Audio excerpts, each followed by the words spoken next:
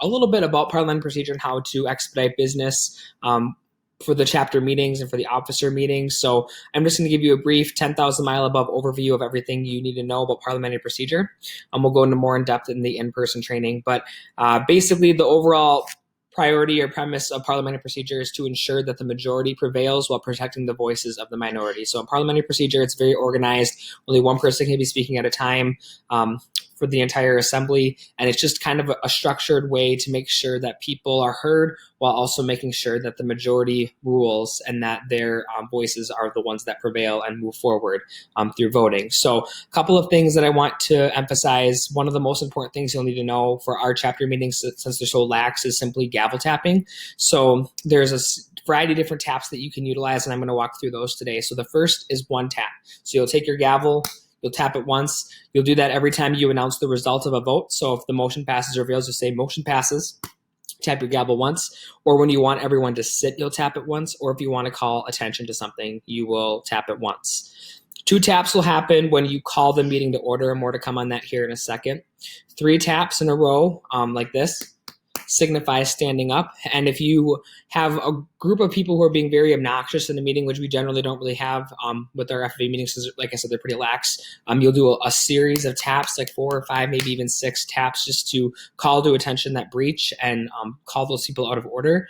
Now, when you're starting the meeting, I know it says call to order is 2 taps. You technically are going to do 3 taps. And the first tap is to call the attention of everyone.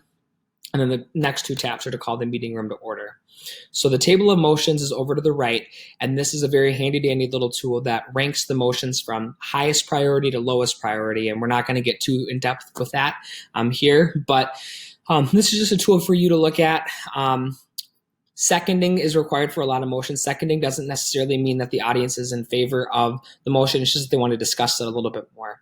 So a lot of motions do require a second.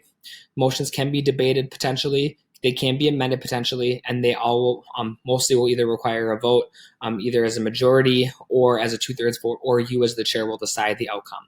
Okay, so if a vote requires a majority, or a motion requires a majority vote, you will simply say all those in favor say aye, all those opposed say no. And if a motion requires a 2/3 vote, you will have a counted vote by having people stand up or raise their right hand, signifying what outcome they wish to vote for. So the biggest thing is the chairman is to be loud and enunciate. I don't expect you to know everything about every single motion, but knowing a little bit about how Parli Pro works is going to help you out. Again, remember, only one person can be speaking at a time, whether that's you or the assembly. And our debates should be fair. So we're not just letting 1 or 2 people talk the entire time. We're letting the entire chapter speak if they would like, and do your best to kind of alternate between people who are in favor of something and people who are against something. I'm not going to get too much more in depth with Parli. There's a lot more rules we could geek out about, but that's just the basics, and we'll cover a little bit more in detail at our in-person training. So thanks for watching.